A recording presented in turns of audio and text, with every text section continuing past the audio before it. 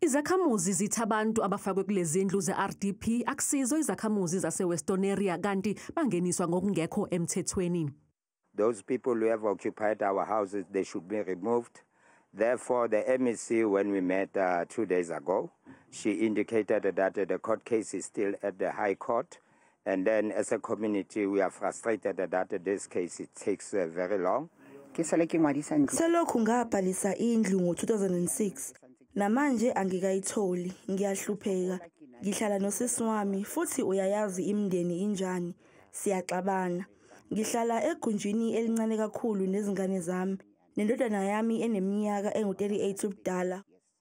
Omunye wabafakwa kulezindlu ngokungekho emthethweni uthi usebenzisa imishini elekelela ngokuphefumula kanti wangeniswa kulendlu ye-RDP ngo-2022. Ngacela abantu ukuthi bangithole le ndawo ngoba kudala ngihamba ngihlupheka nabantu abanomkhosikazi wami. Ngifuna le ndawo ngize ngathola amadili ami la robothabana bokukhonjotha lapha ukuthi baze bangifakelana. Bathatha amaphepha amba wamikisa le housing. Bangifena le housing ngasepilo bathi ngihlale kule ndlu ngingasaphumi la baza ngi-allocate la. Uthi ugesi kuzo zonke lezindlu uqhunywa ngokungekho emthethweni. Eziningi ubona bazilandela ama-electric la emaboxini bonke ngalo ngacela next door ukuthi bangifakele.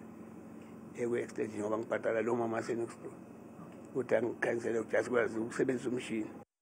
Umphathiswa wezokuhlaliswa kwabantu uvumile ukuthi labantu abangaphezulu kwama200 bafakwa ngokungekho emthethweni kanti kuzokhishwa izincwadi ezigunyaza ukuba bakhishwe kulezindlu.